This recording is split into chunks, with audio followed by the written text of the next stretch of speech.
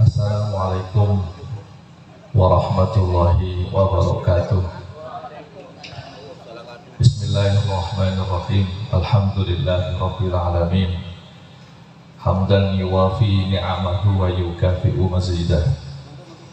Ya Rabbana lakal hamdu kama yanbaghi li jalali wajhika wa li'azimi sultanik.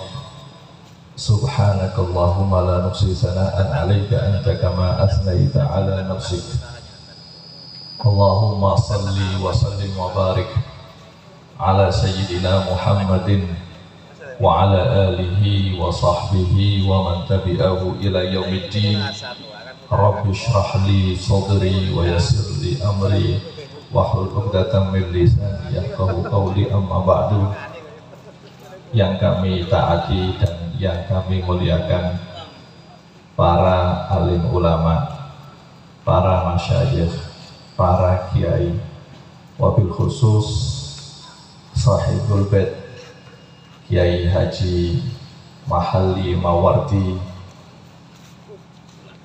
Kiai Haji Dahlawi Zarkasi, Kiai Haji Adnan, Kiai Mukri, dan semua masyayikh yang hadir, yang tidak bisa saya sebutkan nama beliau satu persatu, tetapi tidak mengurangi rasa hormat kami, rasa ta'zim kami kepada beliau semuanya, para hadirin, para hadirat yang dimuliakan oleh Allah Subhanahu wa ta'ala. Alhamdulillah,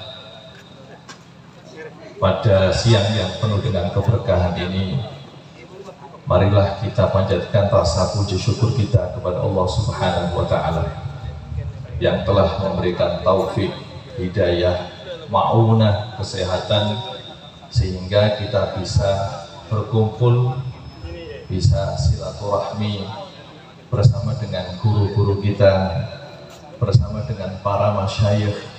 Mudah-mudahan pertemuan kita dan kumpulan kita pada siang yang penuh keberkahan ini dicatat oleh Allah Subhanahu wa ta'ala sebagai amal saleh.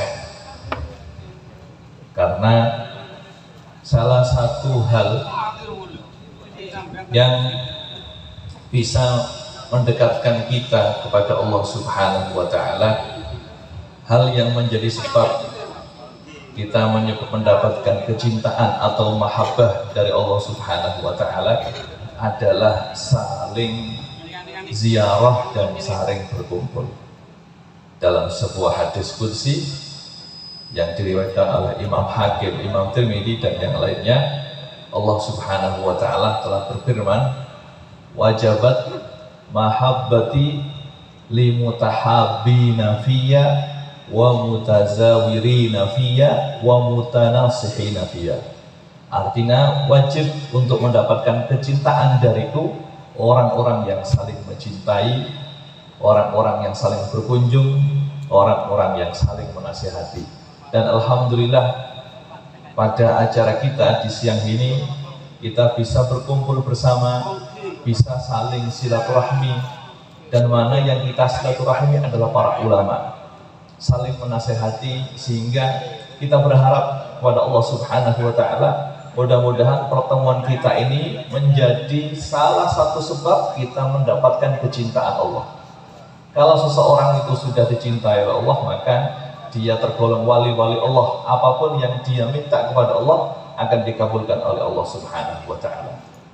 Jadi kumpulan yang seperti ini adalah kumpulan yang sangat dianjurkan, karena dalam kumpulan seperti ini ada saling ziarah, ada saling menasehati, untuk mempererat rasa mahabbah sesama orang muslim, sehingga pertemuan yang seperti ini sangat luar biasa. Apalagi di samping kita saling bersilaturahmi, ini adalah acara walimah yang mana diharapkan dari para hadirin untuk memberikan doa restu kepada kedua mempelai, agar kedua mempelai di dalam mengarungi maglihai perkawinan ini benar-benar Allah Subhanahu wa ta'ala menjadikan perkawinan yang penuh dengan keberkahan, dan nantinya akan tumbuh dari mereka berdua dzurriyyah salihah, orang-orang soleh yang akan meneruskan estafet kepemimpinan pondok pesantren yang ada di sini.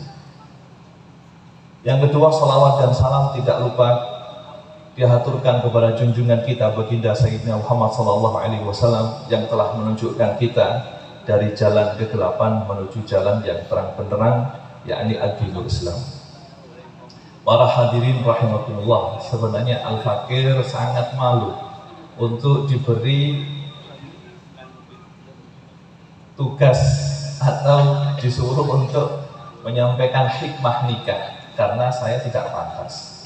Di sini masih banyak kiai sepuh yang mana kalam-kalam beliau, ucapan-ucapan beliau, petuah-petuah beliau meskipun sedikit itu akan mengena kepada hati. Karena beliau, keyakinan kita, kiai-kiai sepuh adalah orang-orang yang dekat, yang lebih dekat kepada Allah Subhanahu wa taala, maka ucapan mereka adalah ucapan yang murni tulus keluar dari hati dan akan masuk ke dalam hati. Tapi kalau Al-Fakir ini adalah orang yang tidak layak.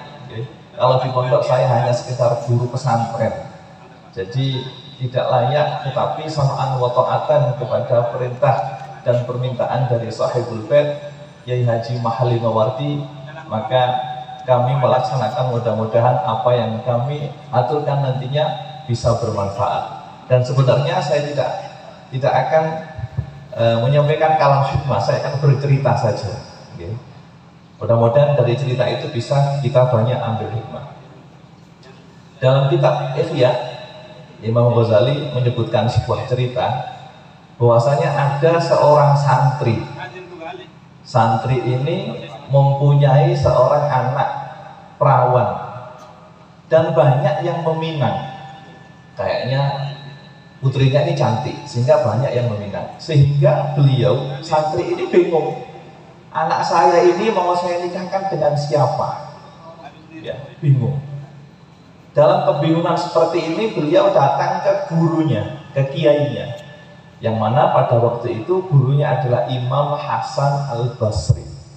Beliau datang ke Imam Hasan Al-Basri, Sayyidut Tabi'in, dan bertanya, wahai guruku, saya punya anak perawan, banyak yang meminang, saya bingung, mau saya nikahkan dengan siapa anak saya?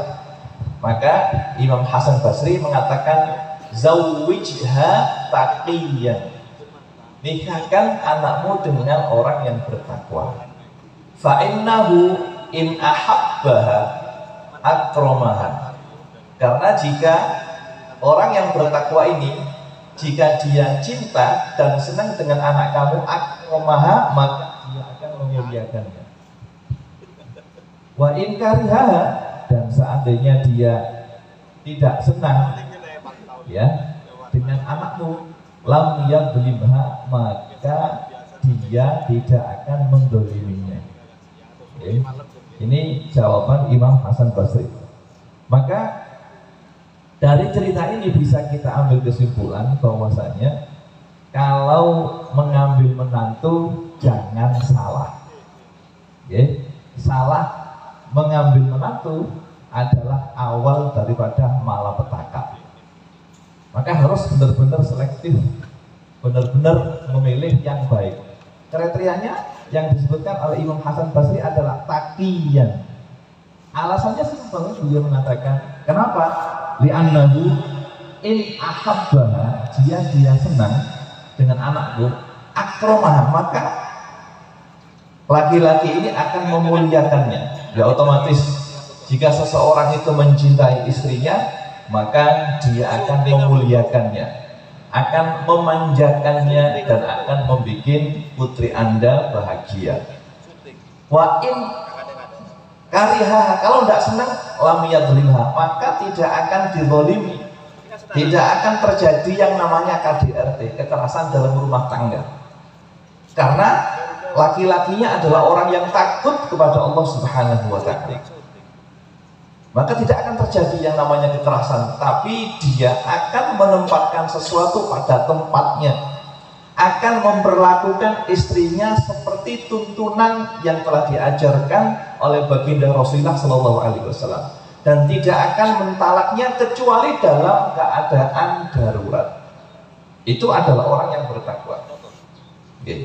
Karena orang yang bertakwa itu adalah orang yang taat dan patuh kepada Allah, yang mana ukurannya adalah Al-Quran dan Sunnah dan apa yang dikatakan oleh para ulama, maka dia tidak akan mendoliminya kalau dia seandainya tidak senang dengan istrinya. Hadirin rahimakumullah, memang kalau kita cermati dan kita analisa, memang orang yang siap nikah secara mental dan kejiwaan itu adalah orang yang bertakwa, orang yang bertakwa. Kenapa saya katakan demikian? Karena orang yang bertakwa, hanya orang yang bertakwa yang punya bekal untuk nikah. Iya. Adapun orang fasik, naudzubillah, jangan sampai naudzubillah, dia tidak punya bekal untuk nikah. Jadi kalau kita menikahkan anak kita dengan orang yang bertakwa, berarti kita menjamin kebahagiaan untuk putri kita. Karena orang yang akan kita jadikan menantu adalah benar-benar orang yang telah punya bekal. Allah Subhanahu wa taala sudah berfirman, "Wa tazawwadu fa inna khairaz zati taqwa." Wattaquni ya ulil albab, yang artinya wa tazawwadu, dan berbekal. Fa inna khairaz zat, karena sesungguhnya sebaik-baiknya bekal at-taqwa adalah ketakwaan. Di sini bekal yang dimaksud bukan hanya bekal yang kita pakai nantinya untuk sowan kepada Allah Subhanahu wa taala ketika kita meninggal. Bukan hanya itu saja para hadirin. Imam Sya'rawi mengatakan bekal di sini termasuk bekal adalah bekal kita untuk hidup sekarang ini. Kalau hidup kita ini tidak kita bekali dengan takwa, maka hidup kita akan hancur, hidup kita tidak akan bahagia. Maka zat atau bekal di sini adalah bekal untuk dunia dan bekal untuk akhirat. Maka secara kejiwaan dan secara mental, laki-laki yang siap untuk menikah adalah laki-laki yang bertakwa. Dan seperti yang saya katakan tadi, kalau hadirin menikahkan putrinya dengan orang yang bertakwa, berarti Anda telah menjamin kebahagiaan untuk putri Anda. Kenapa? Karena orang yang bertakwa, yang taat dan patuh kepada Allah Subhanahu wa taala akan dimudahkan urusannya oleh Allah dengan janji Allah dalam Al-Qur'an yang sering kita dengar. Wa may yattaqillaha yaj'al lahu makhraja. Barang siapa yang bertakwa, maka akan saya jadikan untuk dia jalan keluar atas segala urusan. Wa yarzuquhu min haitsu la yahtasib, dan akan memberinya rezeki dengan tanpa diduga-duga.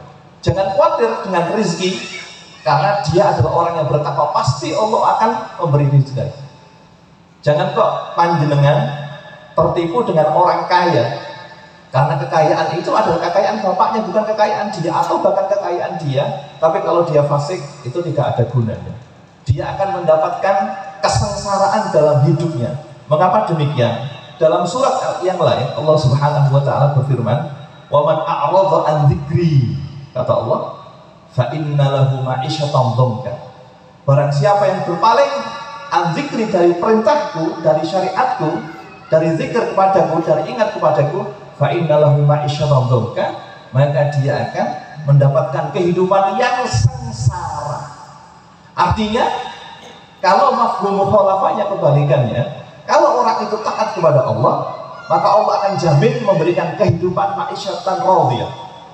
Akan dijamin oleh Allah, akan diberi kehidupan yang baik, akan diridhai oleh Allah Subhanahu wa taala. Maka saya tekankan lagi, kalau kita menikahkan anak kita dengan orang yang bertakwa, berarti kita telah menjamin masa depan dan kebahagiaan putri kita dengan nas-nas dari Al-Qur'an. Makanya Nabi mengatakan, sallallahu alaihi wasallam mengatakan, saya belum menahqiq apakah ini ada yang mengatakan hadis dhaif, ada yang mengatakan athar, bahwasanya man zawwaja karimatahu bi fasiqin faqad qata'a rahimaha. Barang siapa yang menikahkan karimatahu, adiknya, orang yang dia muliakan, anaknya, keponakannya, dengan orang yang fasik, maka dia telah memutus tali rahimnya. Artinya Anda telah memutus tali rahim dengan perempuan itu karena Anda telah membuangnya ke dalam kesengsaraan.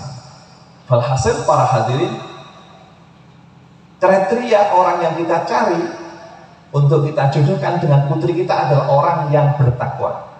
Dan itu sesuai dengan sabda Sallallahu Alaihi Wasallam, sabda Nabi Sallallahu Alaihi Wasallam dalam sebuah hadis yang diriwayatkan oleh Imam Tirmidzi. Nabi Sallallahu Alaihi Wasallam bersabda, "Idza ja'akum man tardawna dinahu wa khuluquhu fazawwijuhu wa illa takun fitnatun fil ardi aw fasadun 'arid." Dalam satu riwayat aw fasadun kabir. Jika datang kepadamu seseorang yang melamar anaknya, man ja'akum tardawna dinahu, yang mana engkau ridho dengan diri, dengan agamanya, wa khuluquhu, dan akhlaknya, fazawwijuhu, maka nikahkan. Wa illa, kalau tidak, maka akan ditemukan, akan terjadi fitnah yang sangat besar. Di sini Sallallahu Alaihi Wasallam beliau menyebutkan dinahu wa khuluquhu, agama dan akhlak. Dan ini adalah penjabaran daripada yang namanya takwa. Dinahu berarti orang itu, repot juga nggih, lagi bicara ada Quran. Terus jadi tardawna dinahu artinya engkau ridho dengan agamanya. Berarti hubungan orang itu dengan Allah Subhanahu wa Ta'ala adalah hubungan yang sangat baik. Ya. Tardawna dinahu, sholatnya baik, ya. Puasanya baik, zakatnya baik, kalau dia kewajiban zakat, hajinya juga baik, semuanya baik. Kemudian wa khuluquhu, tidak itu saja, tetapi hubungannya dengan sama manusia juga baik. Maka cepat-cepat nikahkan. Kalau datang kepadamu seseorang yang demikian, maka cepat nikahkan. Wa illa, kalau tidak, maka akan terjadi fitnah yang sangat besar. Akan terjadi fitnah yang sangat luas, fitnatul arid, sangat luas. Ini berarti peringatan dari baginda Rasulullah Sallallahu Alaihi Wasallam, kalau ada yang melamar dan sudah yang melamar itu baik, maka jangan ragu-ragu. Jangan ragu-ragu. Kalau dia baik dan diistikharai telah bagus, bismillah. Tidak usah menunggu orang lain. Ini adalah jodohnya anak kita. Bahkan dalam riwayat yang lain, hadis yang sama, dalam riwayat yang lain, dalam riwayat Tirmidzi ditambah juga, sahabat mengatakan, wa in kana fihi ya Rasulullah, Nabi diam dan mengatakan fazawwijuhu, wa in kana fihi ya Rasulullah wazawwijuhu wa illa takun fitnatun fil ardi aw fasadun kabir. Artinya meskipun orang ini punya ini ya Rasulullah, artinya sesuatu yang tidak mengenakan dalam hal dunianya, maka Nabi tetap mengatakan fazawwijuhu, fazawwijuhu. Sampai dalam riwayat Ibnu Abi Syaibah, Nabi mengatakan wa in kana,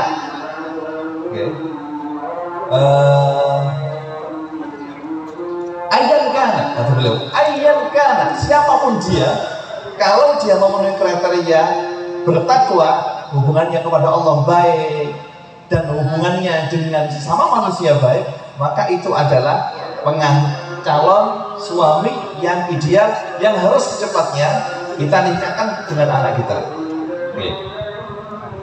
Karena Nabi mengancam, illa, kalau tidak gitu maka terjadi fitnah yang besar atau fitnah yang merata. Ini seakan-akan kita dikasih ancaman.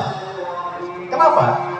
Karena kalau kita salah di dalam menikahkan anak kita, naudzubillah, misalnya ternyata calon suaminya itu orang fasik, maka karena suaminya itu tidak bertakwa dan fasik, ngapunten, dan istrinya itu juga jelek juga, maka yang akan lahir adalah generasi-generasi yang jelek juga.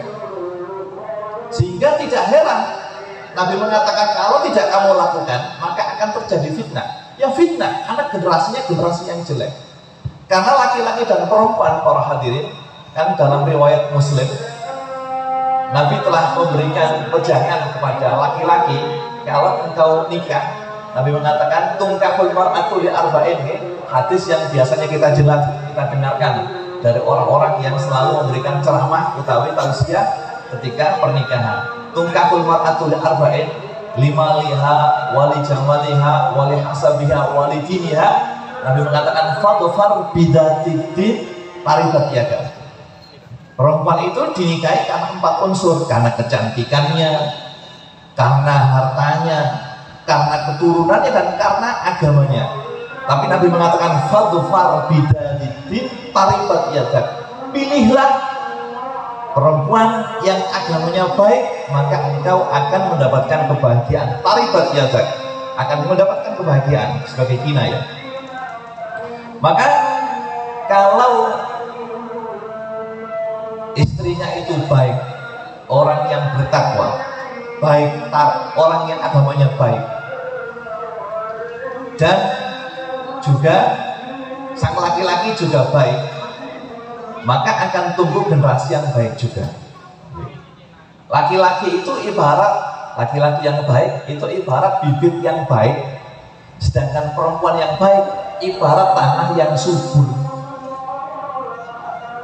Kalau lelakinya baik, bibitnya baik berarti, tapi istrinya naudzubillah, berarti meskipun bibitnya baik tapi tanahnya gersang, tanahnya tidak subur, maka akan tumbuh tidak maksimal tumbuhan tersebut, bahkan tidak akan berbuah.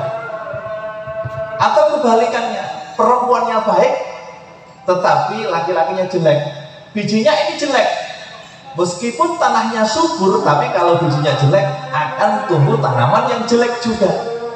Atau naudzubillah, tanahnya nggak subur, bijinya juga jelek, maka tumbuhnya otomatis akan tumbuh duri.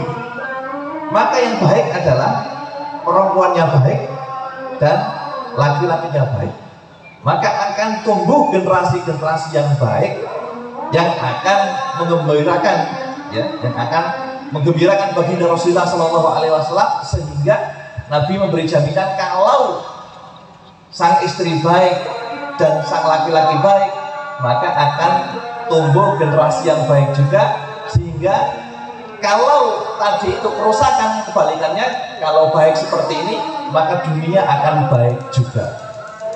Karena kerusakan dunia ini otomatis karena generasi yang tidak baik. Itu adalah hikmah yang bisa kita ambil dari perkataan Imam Hasan Al-Basri, zawwijha taqiyan fa innahu in ahabbaha akramaha wa in karihaha lam yadlimha. Hikmah yang lain yang kita bisa ambil dari cerita itu adalah orang dulu, ngapunten, orang dulu kalau punya sesuatu itu disowankan kepada guru. Dan ini kebiasaan yang sudah tergeser. Ini santri punya masalah, kemana larinya? Ke kiainya, ke gurunya. Itu adalah kebiasaan para salafus saleh. Sahabat radhiyallahu anhum, kalau mereka punya masalah, pertama kali orang yang menjadi tempat curhat mereka adalah baginda Rasulullah Sallallahu Alaihi Wasallam. Baginda Rasulullah adalah orang yang memberikan solusi atas segala masalah yang mereka hadapi. Itu kebiasaan para sahabat. Panjenengan kalau tidak percaya, panjenengan baca Sahih Bukhari, Sahih Muslim, akan Anda temukan hal semacam itu. Dan kebiasaan ini diwariskan oleh para sahabat kepada para tabi'in. Sehingga mereka kalau ada masalah, larinya ke guru mereka. Karena guru adalah orang yang dekat dengan Allah, sehingga kalau memberikan solusi, itu solusi hasil istikharah, bukan solusi sembarangan, bukan solusi yang berdasarkan akal belaka, tapi di sana ada basirah, ada permohonan permintaan kepada Allah Subhanahu wa Ta'ala. Dan itu yang diwariskan oleh para ulama salaf kita. Dulu, pada zaman dulu, orang-orang tua kita dulu, Kalau ada masalah pasti sowan kepada kiai, minta pertimbangan kiai. Masalah apa saja?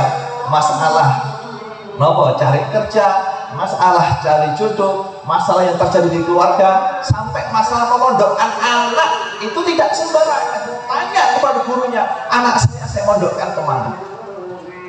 Karena istikharahnya guru itu adalah lebih baik daripada istikharah kita, yang mana kita yakin bahwasanya guru yang kita minta istikharah adalah orang yang dekat kepada Allah Subhanahu wa taala. Nah, ini kebiasaan seperti ini niki sudah jarang terjadi. Orang-orang sudah banyak yang menjauh dari ulama. Okay? Kalau masyarakat menjauh dari ulama, maka sudah bisa dipastikan kejahatan dan kesengsaraan akan merajalela. Allahu Akbar, Allahu Akbar.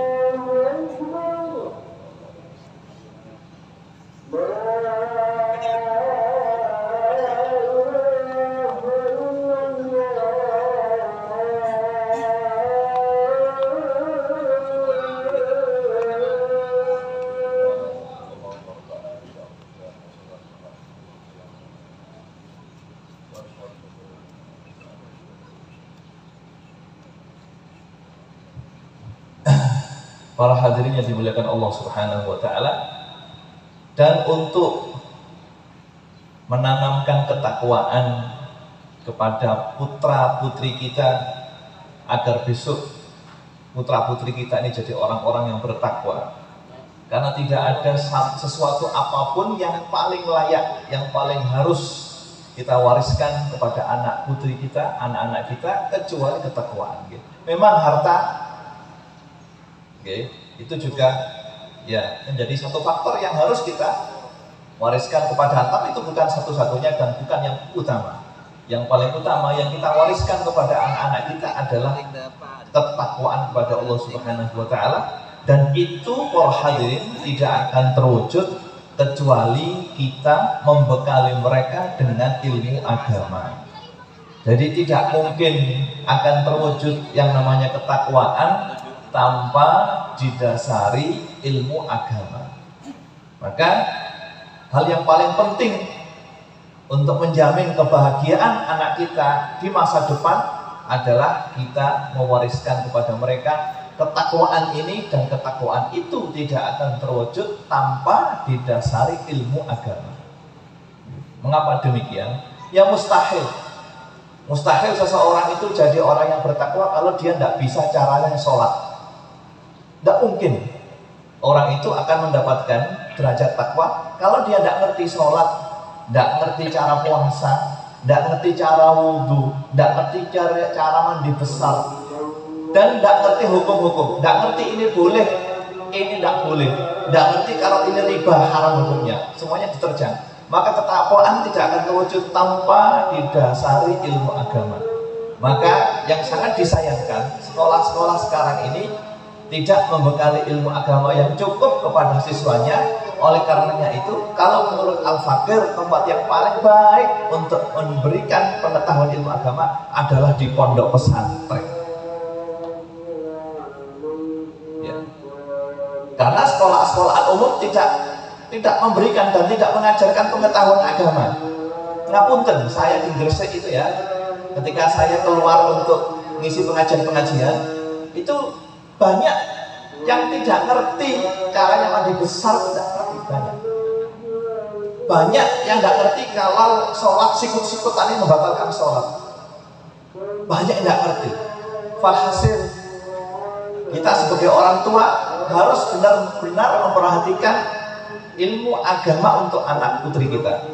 Jangan sampai anak putri kita tidak mengetahui ilmu agama yang menjadi wajib ain bagi setiap insan muslim.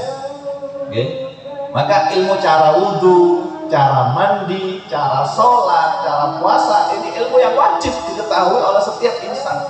Bagaimana dia tidak ngerti? Kalau dia tidak ngerti berarti agamanya tidak sah. Kalau agama berarti ibadahnya tidak sah. Kalau ibadahnya tidak sah berarti tidak mungkin dia akan jadi orang yang bertakwa.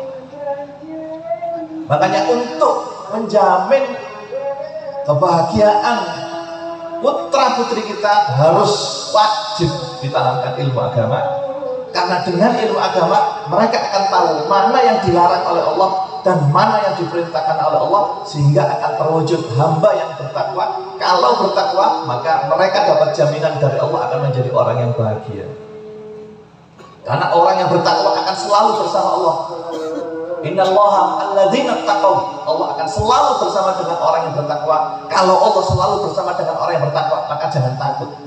Anda pasti bahagia. Ini yang bisa kami sampaikan, dan mudah-mudahan ada manfaatnya.